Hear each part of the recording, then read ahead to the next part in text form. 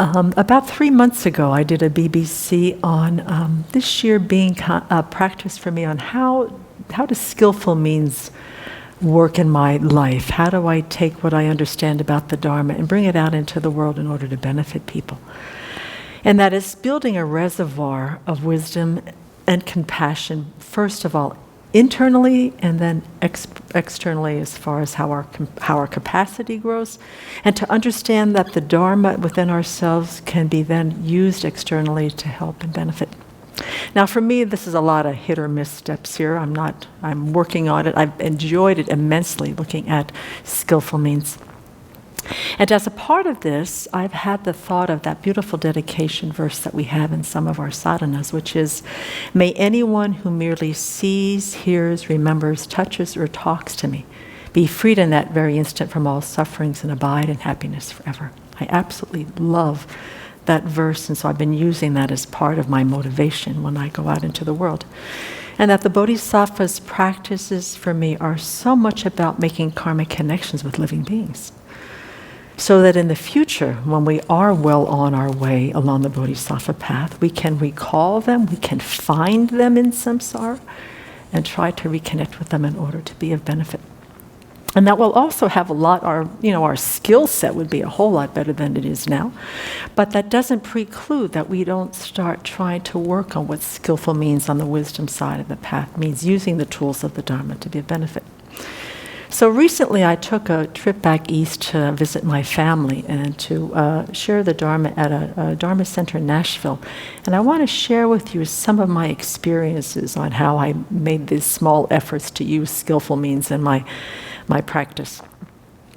So the visit with my family was really healing. I had some wonderful conversations with them on, how are their lives going? What are they doing? And then gently sort of saying, well, are you feeling nourished by what you're doing?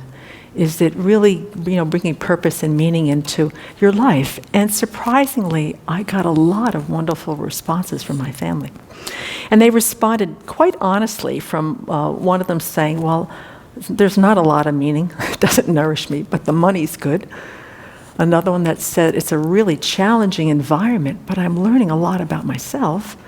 And another one that said, I love what I do. I really feel that I'm benefiting people. She's working in pharmacology, dealing with cancer drugs. And so that I found really inspiring because, first of all, it opened up to a very easygoing conversation with a lot of ease and a lot of warmth. I also got to see some family members that I haven't seen in over 25 years, including my stepmom's daughter, who is now 91, and although very frail, really quite with it. And she was one of my main reasons to go visit back east, because I really wanted to thank her for all of her kindness when I was a child. She was just awesome.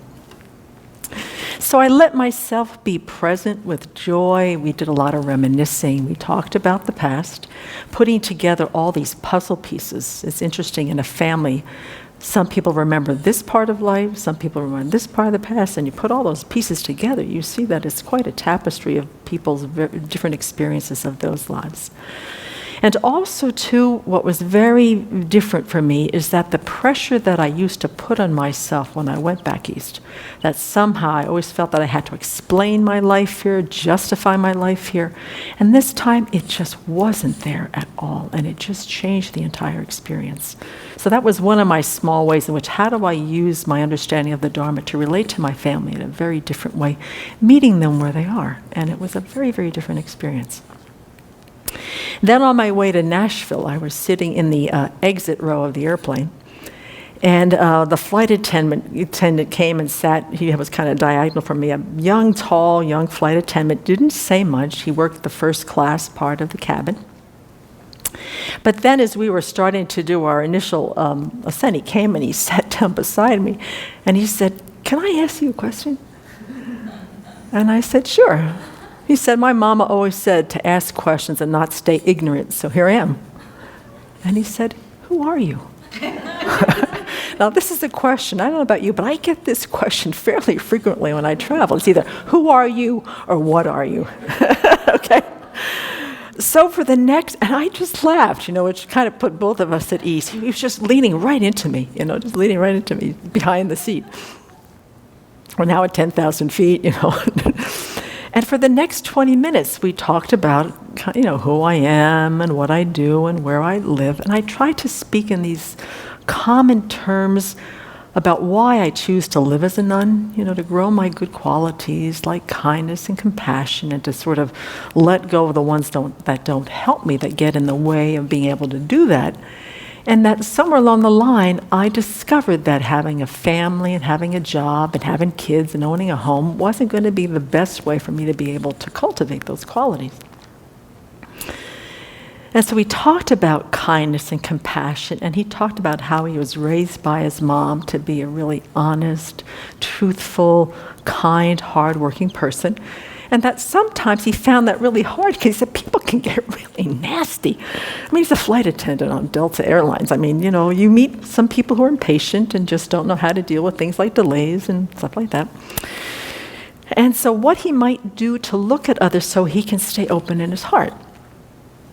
And so I remembered while he was, just as we were talking, I remembered Venerable saying once, he said, people who are angry are saying a lot more about themselves than they are saying about you. If your heart is open, you can really take that as a truth. And that is helpful to keeping your heart open when somebody's really just coming at you with a lot of anger and nastiness, and that you stay with your good heart. So he asked for a brochure. I wished him well, and off I went. And I said, may I be of benefit to him in the future, trying to remember this verse. So then at the center, there were a few times where I tried to keep this verse in mind. May anyone who merely sees, hears, remembers, touches, and talks to me. And during the time I was there were two folks who wanted to come and talk to me for a little bit of just advice. They were having some very, very difficult family challenges, and they just wanted to figure out how to work. They felt really, really stuck. And my heart was really touched. I can't go into the details at all, but to say that people are really dealing with a lot of very complex, heavy-duty issues, suicides, long-term estrangements from their family, having total rejection by their children, and feeling really stuck, deep hurt and sense of betrayal. We know this, right? This is a samsaric experience. But what I was glad about is that Paloma at the center had advised that maybe we talk about dealing with anger and resentment and how to forgive ourselves and forgive others. So I was glad that those were the focus of the talks, like what does forgiveness really mean? Because these folks were really trying to figure out how do I deal with this anger that's coming at me, this estrangement. That it doesn't mean that, you accept and that you condone what they do. And really remembering, once again, getting these little blips that, Venerable has taught us about, okay, this is about letting go of the anger you're holding onto. You can't fix them, that it's really a great kindness to ourselves, and it's actually quite a courageous act to be able to let go of the anger and just forgive. And it was kind of a new concept for some of them, but it did give them some ease about their own process. That is to just know this is more about your heart, more about how you live your life. Whatever they're doing, you don't have much control over. And then also, too, I was doing the 8 verses of thought training, and so when you get to the one about the betrayal of trust, when someone I have benefited and in whom I have placed great trust hurts me very badly, I will see that person as my supreme teacher. That was like a major verse for this group that was in the center that weekend. And then so the two of these folks in particular were just so angry at the other person, and that it was all their fault on why the difficulties in the family were coming up. And to get them to just even consider that maybe they had some small part in the betrayal of trust. Maybe there was something, they may not see it clearly right now, but to just look over the past few years and how it all started, see if maybe there might be some place that they had some responsibility, that maybe it wasn't 100% of the other person's fault, And that during one of the group discussions, this revelation, this thing, aha, came up with one of these folks very deeply. Just really very emotional, seeing that there was something about that was true. And that the other piece was that to consider that what are the expectations that we have about our loved ones? You know, that whole, I've always loved Venerable's teaching about these, the issue about betrayal of trust, is to look at what are the expectations, particularly parent versus child. What are our expectations? What do we want them to be? What do we want them to do? How do we want them to grow up to be themselves?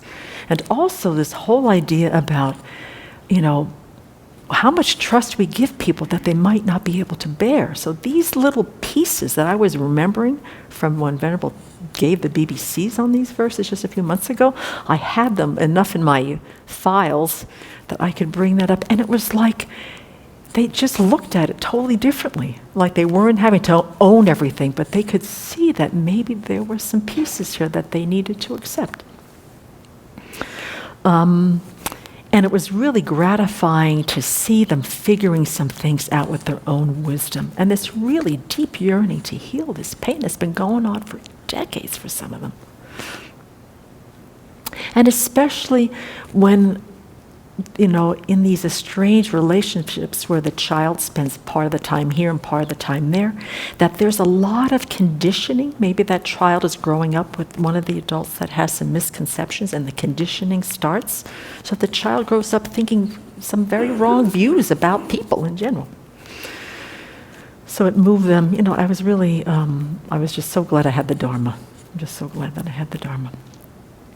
And that the other piece that really helped them was for one of their main things for them to do right now was to really have some self-acceptance and some kindness for themselves. You know, they were doing the best they can. They had difficult, complicated childhoods themselves, and they just passed on to the next generation, you know. They didn't have much to do. But being, you know, being so critical and judgmental of themselves can be very crippling to be able to move the process forward at all, because they're just hating themselves so much. So I really came to realize, and even deepening my confidence, that the Dharma is so powerful, it's so practical, it's so useful. And as soon as we open up to it, it opens us up even more to it. And that's what I saw, with just a little bit of Dharma, not even saying Dharma, that it could really open up people's hearts. So I'm encouraged mostly during this trip to set my motivation, to be present, to share a little bit of the Dharma, and then to hold the space for others to touch into their own wisdom, to touch into their own compassion, and let the Dharma do its work. You know, just kind of, you know, giving it and then watching it just do this amazing work. So may anyone who merely sees, hears, remembers, touches, or talks to us be freed in that very instant from all suffering and abide in happiness forever.